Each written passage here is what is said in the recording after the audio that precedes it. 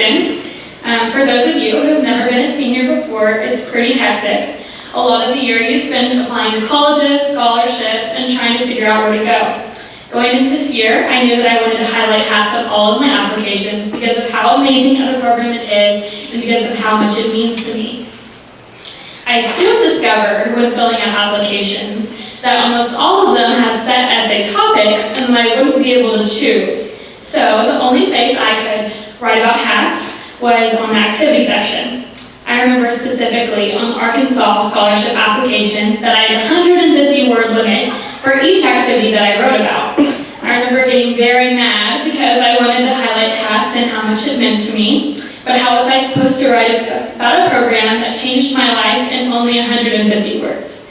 So tonight I'm going to be telling you about why hats changed my life, but it's definitely not in under 150 words.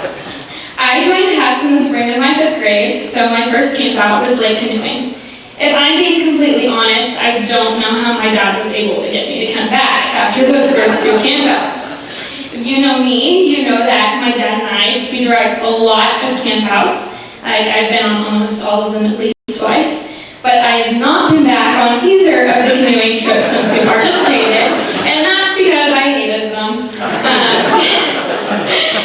Let's just say sticking me and my dad in the canoe together was not the smartest decision. On the canoeing camp out, you learn that the canoe is a communication device, but it's hard to communicate in them when you don't have very good communication skills to begin with. My dad and I fought and screamed and cried in those canoes together. But despite the bad experience, I'm so glad that I stuck through on this hats journey.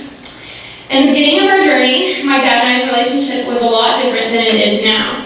Through this program, we learned to communicate better with each other and our relationship grew to new levels. Not saying that we didn't have a relationship before the program, but I don't think that it was a good one. Especially around the beginning of the program, in about 6th grade, my parents separated for a couple of months. During this time, my dad didn't live with us, and I remember being mad at him for a while. But I think that only because of hats, our relationship is where it is now. I believe that had we not been in hats before my parents separated, that our relationship would have struggled for the rest of my middle school and high school career. I know that I can come to him about anything and everything, and he will always be there for me, even if we are 300 miles apart. He is a kind, supportive man who never fails to make me laugh, and who I know will be waiting for me every Tuesday morning for breakfast at 7 a.m. Because of the adventures that we've gone through together, from 105-degree campouts to 7 inches of snow on the ground, we have made so many memories that I will never forget and have built a relationship that I know will never fail. I can confidently say that we've come a long way since those canoeing trips. While my relationship with my dad was definitely the most important thing to come out of this program, it wasn't the only thing. Hats has shaped me into the person I am today. Without this program, I would not be the same person that you see standing in front of you. A lot of that was from the confidence that I built at WLA. Before the start of 8th grade, I was not sure that I wanted to do any mentoring, and I 100% knew that I was never going to direct. Speaking in front of people or leading group just was not my thing. It made me so nervous to think about. I was so wrapped up in what other people thought of me, so why would I stand in front of a group of people and give them the perfect opportunity to judge me? But now I have no idea who I would be if I hadn't attended WLA.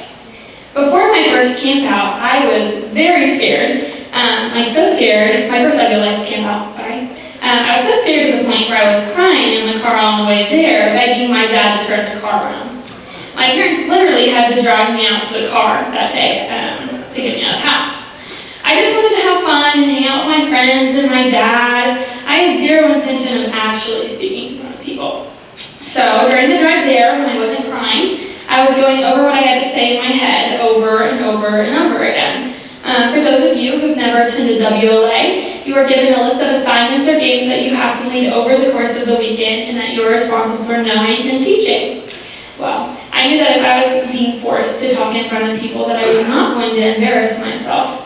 And because of my unwillingness to leave the house that day, we were running very late. So I was really hoping they had already moved past the non-negotiables, which was my assignment for that night.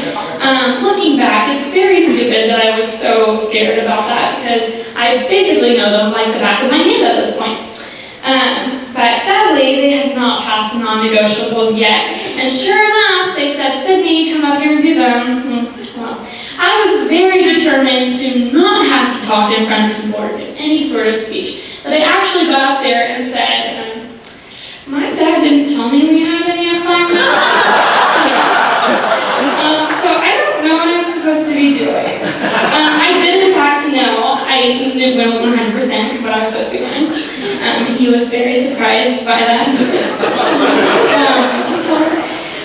let me tell you, that was a whole lot more embarrassing than if I just stepped up there and actually did them. But Chris and Alan pulled me aside and they talked to me about what I was supposed to be doing and how if I wanted to mentor, I needed to come prepared. Somehow, I managed to make it through the weekend and then proceeded to wait a year to do the winter WLA because I was too afraid to tell a ghost story.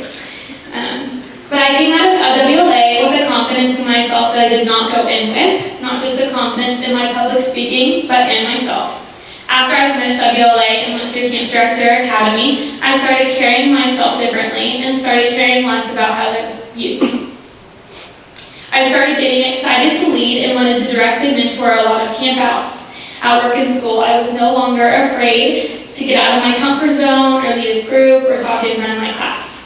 HATS has given me a passion for nature, travel, and leadership, as well as so many friends and memories that I will never forget.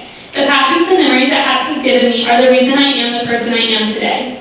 I am forever grateful for this experience that I've been given throughout my schooling career and know that as I move on towards college, I will carry these memories, friendships, and most importantly, my relationship with my dad with me. Thank you.